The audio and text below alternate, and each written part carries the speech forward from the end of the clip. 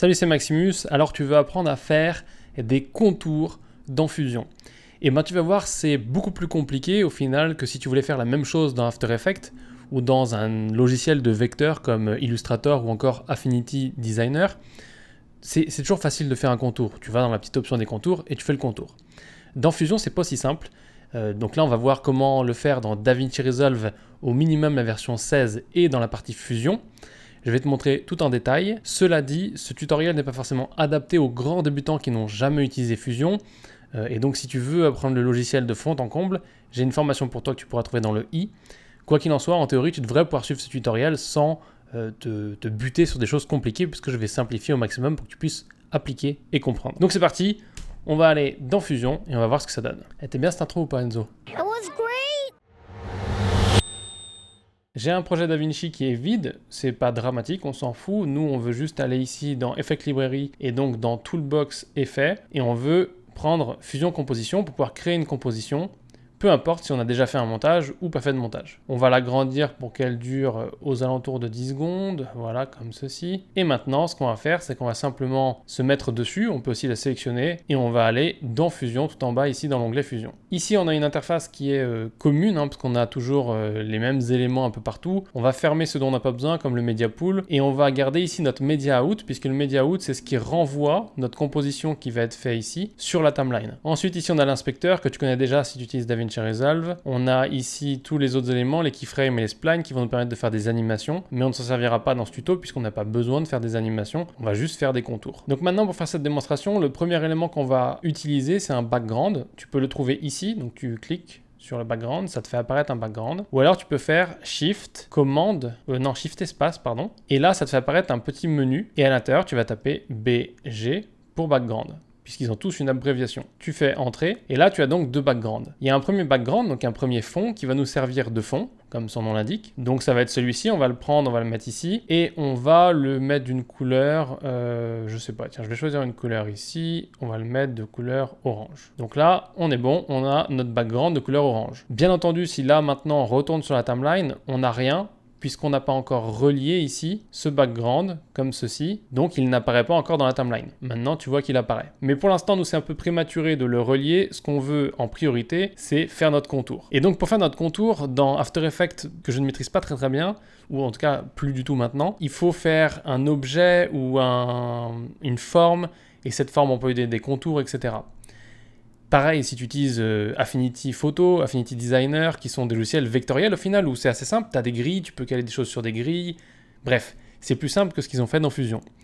Donc là, si on veut créer un objet, un élément, admettons on va vouloir créer un rectangle, et ben on va devoir créer un fond, donc un background, et on va devoir mettre un masque sur ce background qui va être un masque en forme de rectangle. Sinon, on ne pourra pas avoir un rectangle. Tu ne peux pas créer un rectangle de couleur. Tu dois créer un background, et ensuite un masque pour composer un rectangle. Tu vas voir, tu vas comprendre, on va le faire parce que sinon c'est pas très clair. Prenons donc notre background ici, qui va être d'une couleur noir foncé, tac, voilà. Et donc si on a l'aperçu du background ici, tu vois qu'on a ici notre background qu'on veut garder. D'ailleurs on va le renommer, tiens, ce sera plus simple, on va faire un clic droit, on va aller ici sur Rename, tu peux aussi faire F2, et on va appeler ça BG Orange. Et alors petite astuce sur Fusion, si tu veux conserver un espace, tu mets un underscore, sinon il les supprime. On va ensuite faire un clic droit et on va lui mettre une couleur. C'est pas une couleur qui va impacter notre composition, c'est une couleur qui va impacter uniquement le background en lui-même. Ensuite, ce qu'on va faire, c'est que celui-ci, on va vouloir faire un carré noir, donc on va faire un clic droit, pareil, et puis on va aller le renommer. Donc je vais trouver, voilà, F2, et on va l'appeler carré noir. Pareil, on met un underscore, comme ça on est sûr qu'on conserve bien la lisibilité. On fait OK et on a le carré noir. Ensuite ici, on va faire un clic droit et on va se mettre une couleur différente. On va le mettre en chocolat. Et donc ça, maintenant, ça nous permet de bien différencier les deux. Maintenant qu'on a bien différencié les deux, je vais partir du principe que tu es un peu débutant et donc je te montre comment on relie les choses et la logique du truc. Ce qu'on va vouloir faire, c'est mettre ce carré noir sur notre background orange. Et ensuite, on va découper ce carré noir pour qu'il soit un rectangle et on réglera la taille du rectangle. Pour mettre un élément sur un autre, il suffit de prendre sa petite tête, ici son carré, et de le mettre sur l'autre. Naturellement, il va rentrer par l'entrée verte du merge. Le merge, c'est une multiprise. Et donc, lui va rentrer dans le background, qui est l'entrée jaune, et lui va rentrer dans le foreground, donc l'avant-plan, qui est l'entrée verte. Ensuite, on va connecter ça comme ça, puisqu'on se dit là, et on est au bon moment pour faire cette connexion. On va pas forcément avoir plein d'autres choses à mettre. Et ça nous permet de prévisualiser dans la timeline si toutefois on est en train de faire un montage et qu'on a besoin d'être sûr d'être synchro ou des choses qui ont rapport avec notre montage. Nous, on n'a pas encore fait notre découpage, donc ce qu'on va vouloir faire maintenant, qui est très important, c'est avoir ici l'aperçu de notre rendu final, comme on a dans la timeline. Et donc ça, on va prendre le media out et on va le mettre ici. Et une fois qu'on a fait ça, on n'a que le carré noir, que le background noir. Pourquoi? Parce que ce background noir, si on regarde bien, il prend toute la place et donc il va masquer le background orange. Donc on va aller ici sur le petit raccourci de masque en rectangle en sélectionnant bien celui-ci et on va appuyer. Et là, il va nous créer automatiquement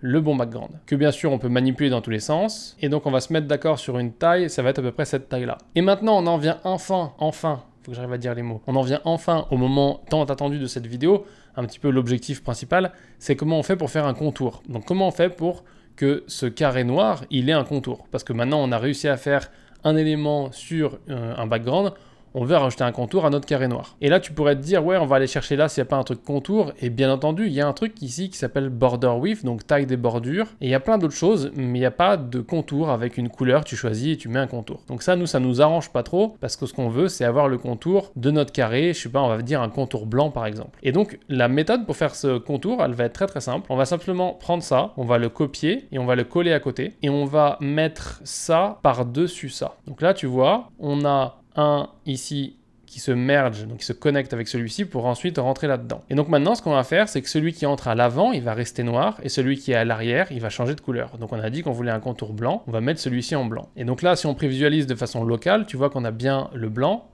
ici on a bien le noir, et ici, on a bien la jonction de tout ensemble qui se retrouve ici dans le Media Out. Je vais espacer tout ça pour qu'on puisse bien voir et bien comprendre. Et donc maintenant qu'on a fait ça, on va pouvoir donc sur celui-ci qui arrive à l'arrière, qui est en blanc, je te le rappelle, on le voit ici, on va pouvoir faire le contour. Comment on peut faire le contour? C'est hyper simple. On va ici dans le Border Width et on va agrandir les bordures. Et là, si on fait un petit peu plus comme ça, tu vois qu'on a un contour. Contour que bien sûr, on peut gérer ici, on peut faire plus ou moins grand, on peut faire autant de contours qu'on veut, tu vois, c'est la même chose. Et en fait, ce qu'on est juste en train de faire, c'est qu'on est en train d'agrandir le périmètre du carré blanc qui est derrière le carré noir, et donc du coup, ça fait un contour. Puisque si ici, on venait à déplacer ce rectangle-là, tu vois qu'il y a un carré blanc derrière. Donc en fait, c'est un petit peu un hack de comment faire un contour. Maintenant, je vais aller plus loin dans ce tuto avec toi parce que je t'ai montré comment faire un élément et lui rajouter un contour de la manière un peu trichée dans Fusion.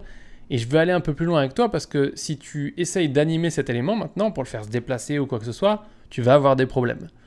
Donc du coup, si tu es débutant à 100%, je veux vraiment qu'on voit comment tu peux animer cet élément. Et tout à la fin de la vidéo, je te montrerai une petite astuce, une astuce de Sioux que tu connais, tu utilises déjà After Effects, qui s'appelle simplement les expressions. Et je te montrerai comment on peut lier des éléments pour que quand tu en modifies un, ça modifie l'autre, ce qui va nous aider avec notre bordure. Mais avant ça, s'il te plaît, mets un petit pouce bleu, parce que ça fait plaisir, ça va aider à référencer la vidéo pour les autres gens qui cherchent comme toi les astuces sur Fusion. Et n'hésite pas à mettre un commentaire si tu apprécies la vidéo jusqu'ici, parce que moi ça me plaît de faire des petits tutos comme ça assez simples sur Fusion. Et donc du coup, si tu en veux plus, j'en ferai plus. Donc tu n'hésites pas à mettre un commentaire et poser tes questions. En tout cas, on est parti avec la deuxième partie de ce tuto, si tu veux, où on va vraiment voir comment on peut maintenant animer tout ça comme si c'était qu'un seul élément. Parce que c'est un peu ça qui est compliqué dans Fusion, c'est que tu construis plein de choses alors que dans After Effects, souvent, c'est genre un bouton. Et donc, du coup, on va voir comment on peut déplacer tout ça, comment on peut modifier tout ça, comment on peut animer tout ça. Et ensuite, on verra comment le modifier de façon liée. On va faire du ménage encore une fois. On va se mettre comme ça. Tac.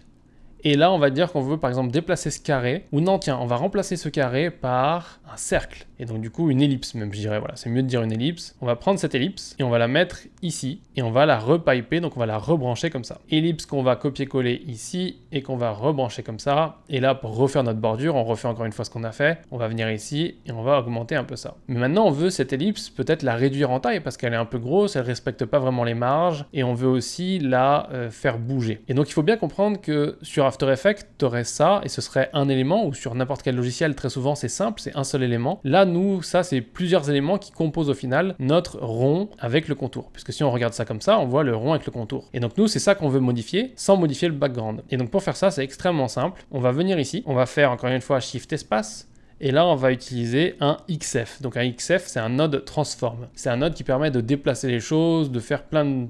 Voilà, on peut s'amuser avec ce node. Et donc ce node, il va nous permettre de faire de l'animation. En l'occurrence, ici, tu vois qu'on a le point central, on peut commencer à bouger les choses. Et tu vois que quand je bouge, ça préserve ma sphère, enfin mon ellipse avec son contour. Moi, ce que je vais faire, c'est que je vais simplement la faire descendre et monter. On va faire un truc super simple. Donc on va la remettre ici à 0 dans les paramètres. Il faut savoir que dans Fusion, me demande pas pourquoi, mais le centre n'est pas 1, n'est pas 0, c'est 0,5.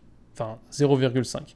Donc, c'est chiant, mais il faut s'y faire, et une fois que tu t'y fais à la sensibilité des réglages, ça va aller tout seul. Alors voyons comment faire cette animation. Ici, je vais dézoomer, alors j'utilise commande plus ma roulette de souris, même si moi je le fais à la tablette, donc c'est un peu différent, parce que je vais avoir besoin de la marge pour pouvoir faire sortir mon rond de mon cadre. Le transform ici, je vais activer le point clé sur la modification du placement, donc du centre. Je vais bien me mettre au début, et là, je vais venir ici, et je vais monter. Et donc ça, je vais aussi, tiens, activer l'aspect, parce que ça peut être sympa. On va pas faire une animation compliquée, mais on va faire un truc. Ensuite, on va aller à 20 images ici. Je peux aussi, ici, entrer 10 images ou 20 images et ça m'amène directement au bon endroit. Donc nous, on veut 20 images. Et ce qu'on va faire, c'est qu'on va maintenant faire redescendre ce paramètre-là, puisqu'on est à 20 images. Et tu vas voir que ça va nous créer un keyframe automatiquement et on va le faire venir ici. D'accord? Et là, ce qu'on va faire, c'est qu'on va aussi faire en sorte que l'aspect, il soit un peu plus squishy, quoi. Il soit un peu plus écrasé. Et donc ça, c'est le style qu'on donne quand on veut faire de l'animation. Mais encore une fois, je ne suis pas animateur. Je te montre juste ça pour qu'on ait deux paramètres à animer. Ensuite, on va ici avancer de 10 images. Donc je vais à 30 cette fois-ci. Et là, on va se mettre à 0,5, donc au milieu, automatiquement. Et on va revenir ici en cliquant sur ce petit bouton à 1, donc au paramètre initial. Donc maintenant, regardons ce que ça donne, cette petite animation. On fait play, on a la balle qui tombe. Voilà, c'est très très moche. C'est vraiment pour te montrer l'animation. C'est très très moche.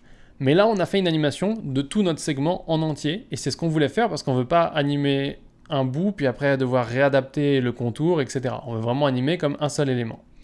Et ça, on peut le faire mieux. Il faut utiliser les courbes, il faut utiliser le bon timing pour les points clés. C'est pas du tout le sujet de la vidéo. Je t'avais dit que je te montrerais comment faire les contours. Je t'avais dit que je te montrerais comment animer cet objet-là un peu compliqué avec 4 nodes, avec un node supplémentaire pour pouvoir l'animer et le déplacer. J'ai fait une animation toute pourrie.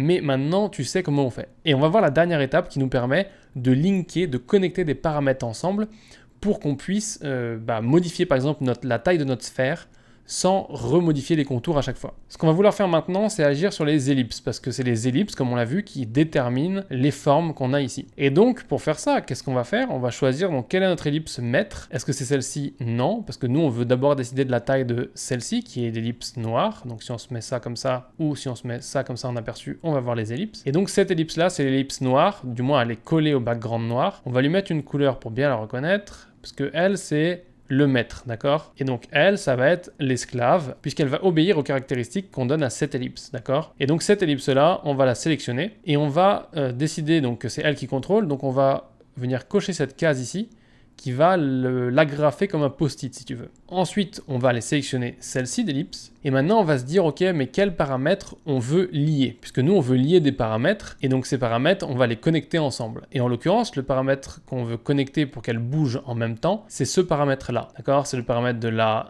largeur et le paramètre de la hauteur. Et donc, on va connecter ces deux paramètres. Ce qu'on va faire, c'est qu'on va renommer cette ellipse, parce que ça sera encore plus simple quand on est dans le panneau là-bas. On va l'appeler maître.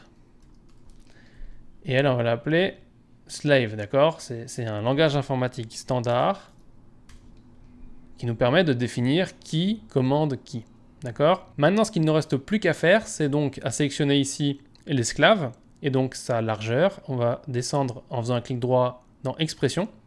Et là, ça nous fait le même petit truc que tu vois dans After Effects, c'est le petit machin rond là. Et on va tirer sur le même paramètre ici. Et là, il nous dit... je veux que ce réglage soit équivalent à maître.le réglage. On fait pareil ici. Donc on va dans expression et on va tirer sur hauteur. Et maintenant qu'on a fait ça, on peut sélectionner le maître. Et quand on sélectionne le maître ici et qu'on vient resizer, donc je vais te mettre ça en plus grand pour que tu puisses voir. Et quand on vient resizer, on va resizer les deux en même temps.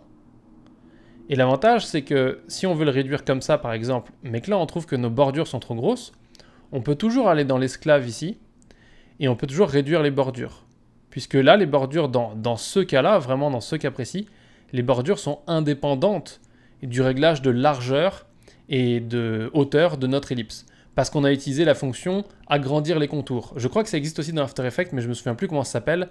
Donc si tu t'en souviens, n'hésite pas à le mettre juste en dessous, parce que je ne sais pas à quoi ça correspond. Mais voilà, c'est le border width, donc la largeur des contours. Là, on va un peu lui dire, ok, prends de l'offset, donc va plus grand que ce qu'on t'a dit à l'initial. Et donc, si on lui dit, tu dois faire 5 cm de rayon, et ben lui, il va dire, ok, je rajoute 1 ou 2 cm en plus selon ce qu'on me demande. Et donc maintenant, on peut regarder encore une fois notre animation que bien sûr, il faudrait refaire, puisque ça tombe, mais ça tombe plus au bon moment. Et donc du coup ça touche pas le bas. C'est un peu l'animation pourrie, mais c'est pas grave parce que l'objectif c'était pas d'apprendre à faire une animation, c'était d'apprendre à faire un contour. J'ai essayé de te donner un maximum de valeur dans cette vidéo pour que tu puisses pas juste apprendre à faire un contour.